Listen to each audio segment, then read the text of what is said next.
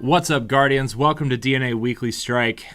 Brian, we actually have Destiny news to talk about. So, we're going to get to that. But first, did you play the Division Open Beta? Oh, of course. How did you like it? I really enjoyed it. It kind of played how I thought it would. With the third person, and I've been saying this. It did remind me. It took me back to when I played SOCOM. It reminded me very much of that. The way that you threw grenades, the way that there wasn't cover.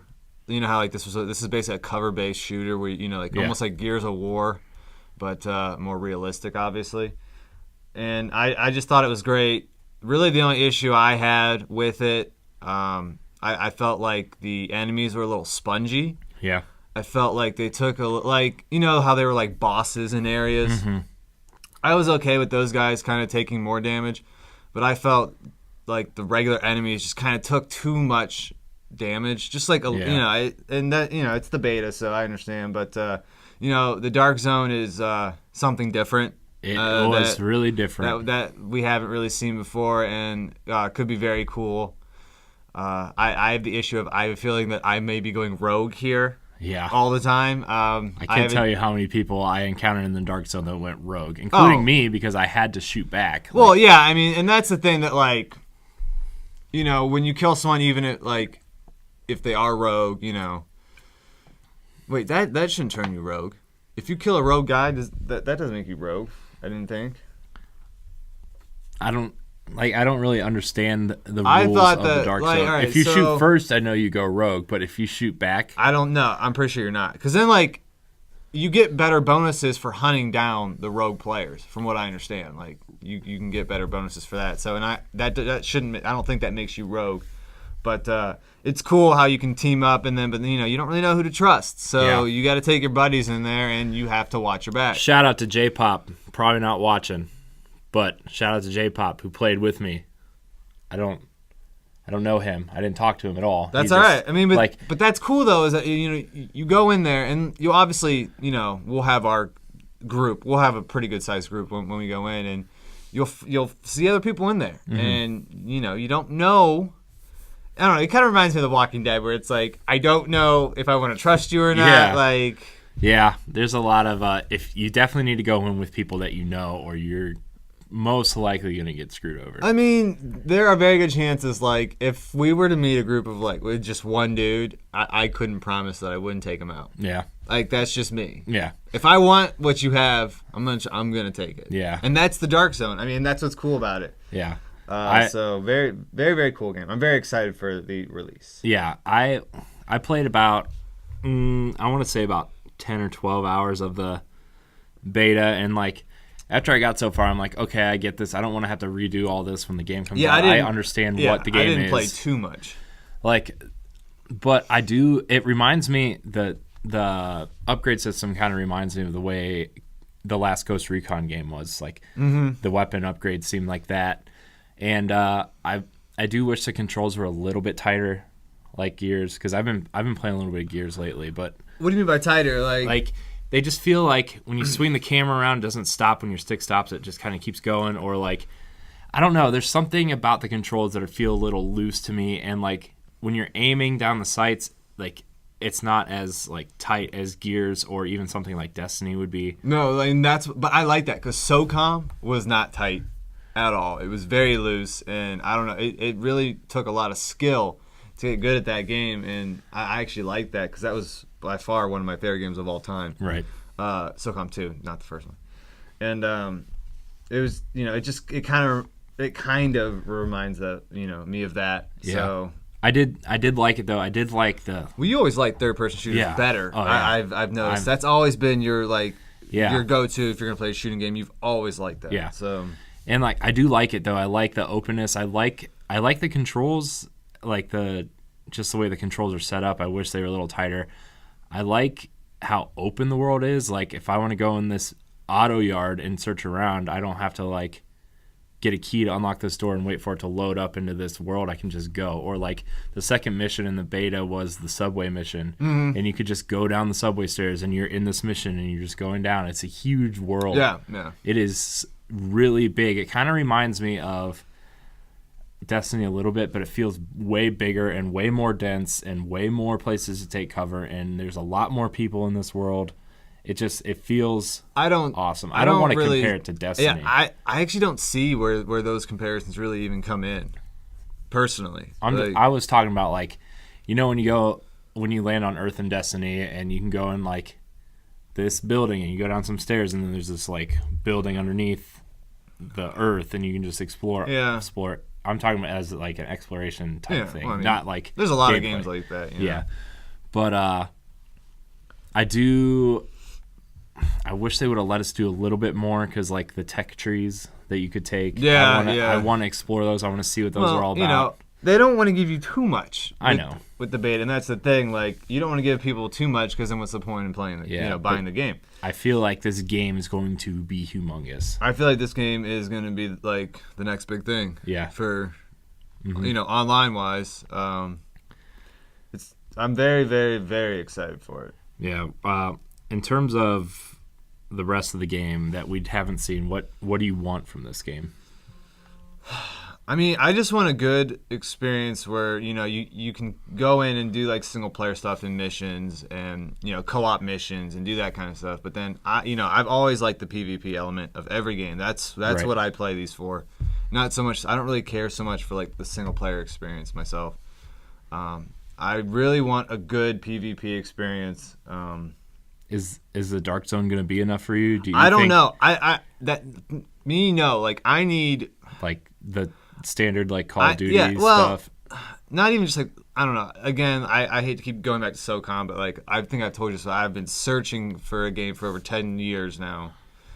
That kind of brings me back to that. And the PvP in that game is, even though it had its issues where you had to like go out and manually search for people to play against, which was tough, but like, you could get, because I used to have 4 or 5 guys that they would actually come over to my house, and we would play, and you know, we would do these, and we called them wars, where it was like 5-on-5, and it would be your clan against someone else's full clan, and I've been looking for something. I don't think we're gonna get something like that, but that would be cool. I need something like that, where it's like one team against another team.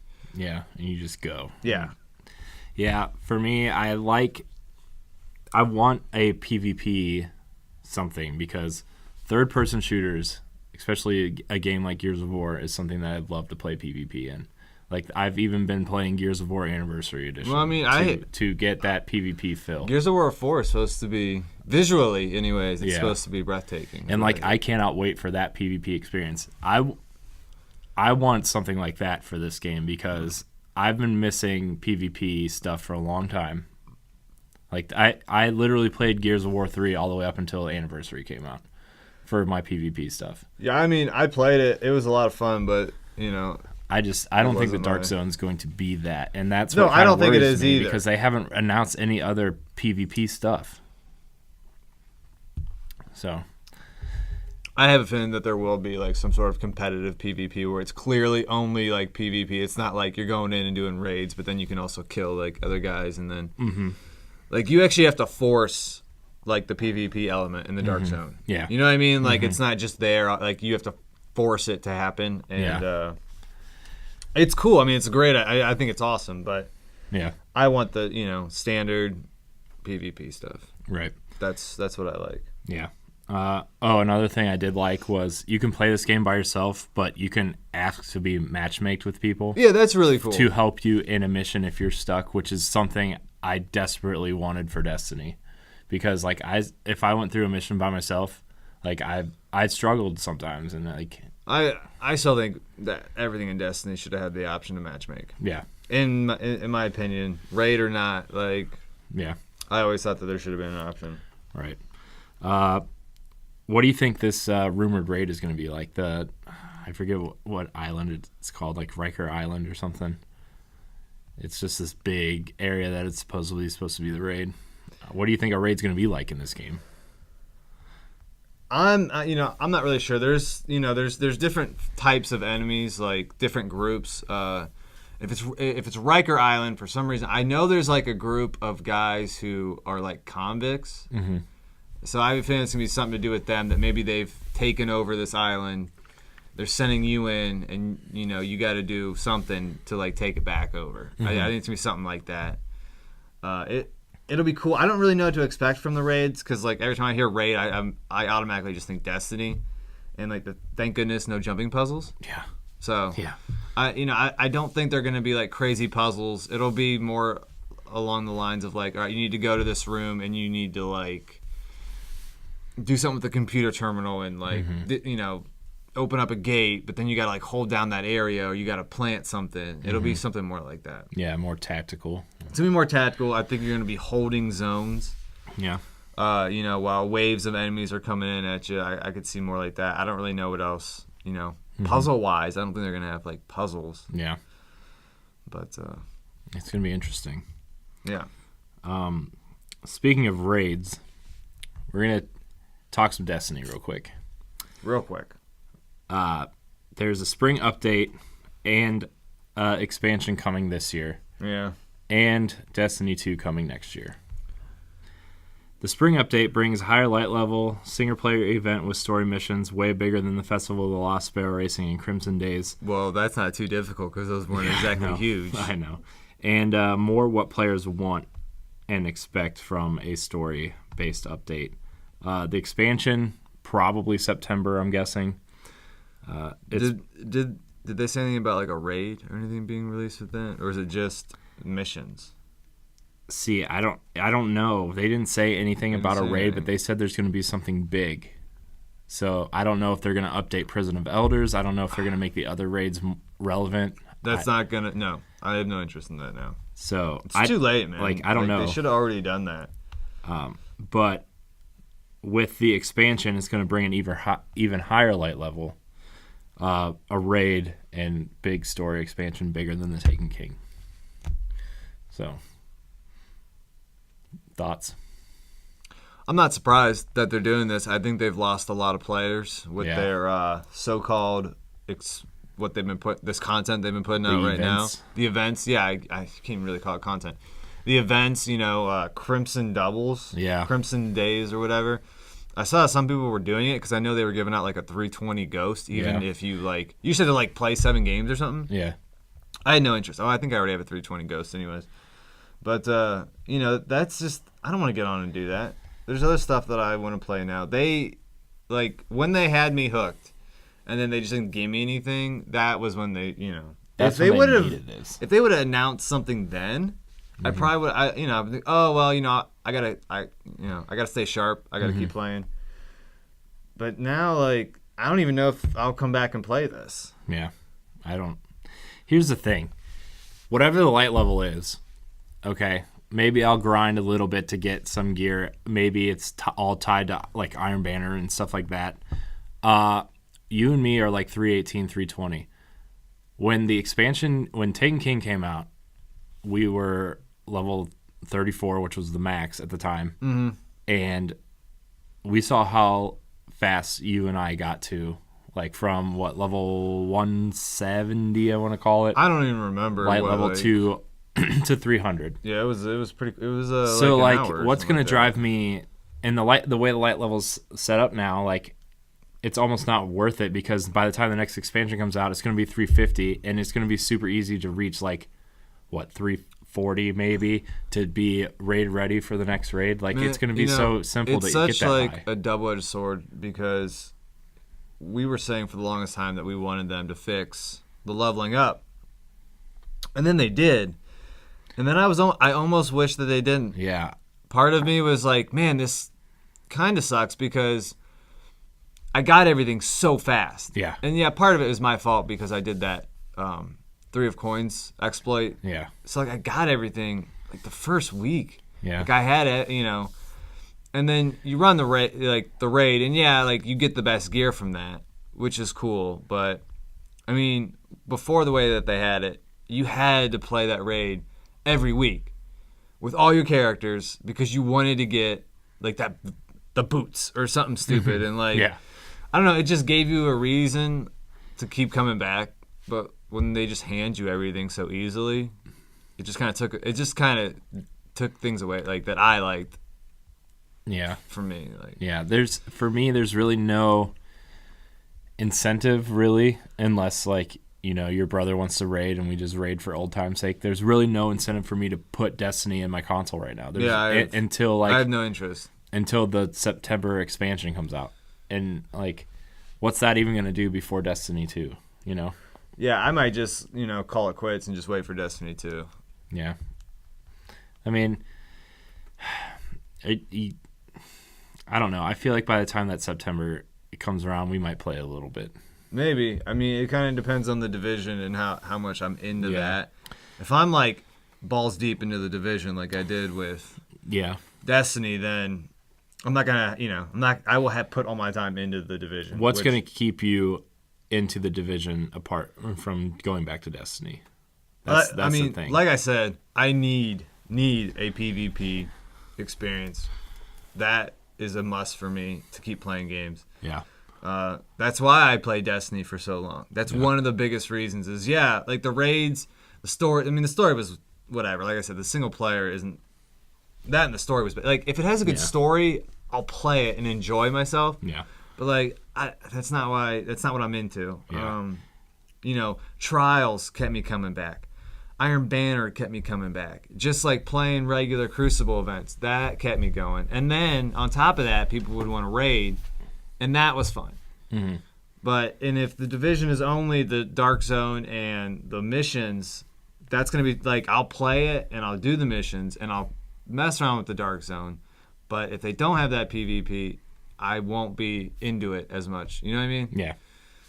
I need that. That's Yeah, that's why that keeps like a replay value for me. That's why games like I know we've talked about games like The Order on here and stuff like that really have no replay value, that you can only play through really once unless you're trying to get trophies or achievements.